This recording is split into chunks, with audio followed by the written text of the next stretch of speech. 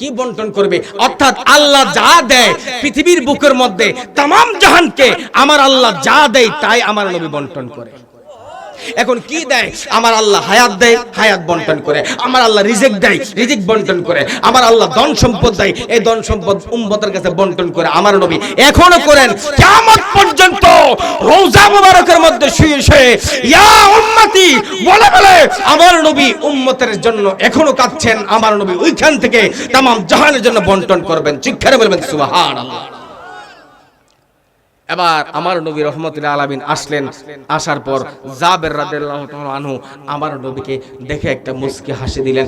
হাসি দেওয়ার পর আমার নবী বললেন, জাবের রে, তোমার হাসির ভিতরে কেমন যেন একটা কষ্ট লুকায়িত আছে।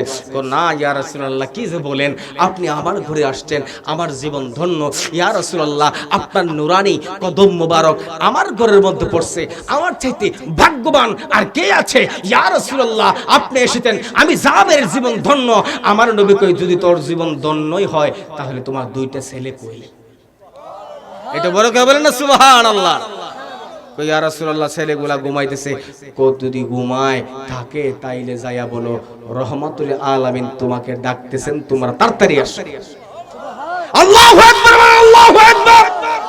উচ্চ আওয়াজ বলেন ইয়া রাসূলুল্লাহ, উচ্চ আওয়াজ বলেন ইয়া হাবিবাল্লাহ। আমার বাবাজিরা, বন্ধুরা, বন্ধুরা আমার, জাবের কই ইয়া রাসূলুল্লাহ, নবী গো,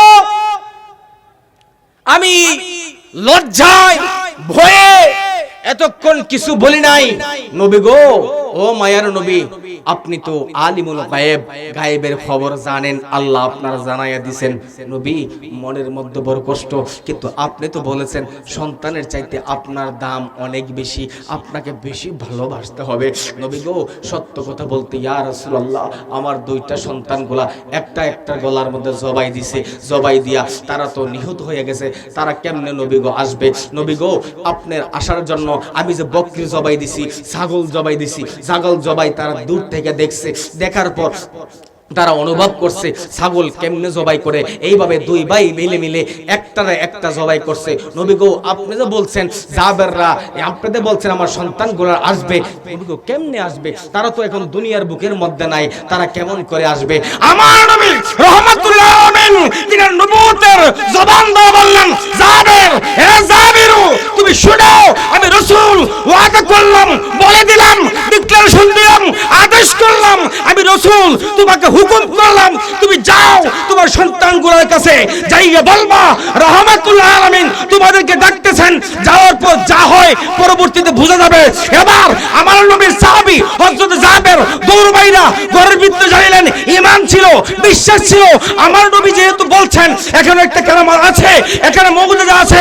এবার আমার নবীর সাহাবী জাবের ঘরের ভিতরে যাইয়া সন্তানগুলোকে ডেকে বললেন, এই সন্তানরা, এই সন্তানরা, এই সন্তানরা, এই সন্তানরা, আমার নবী ডাকতেছেন।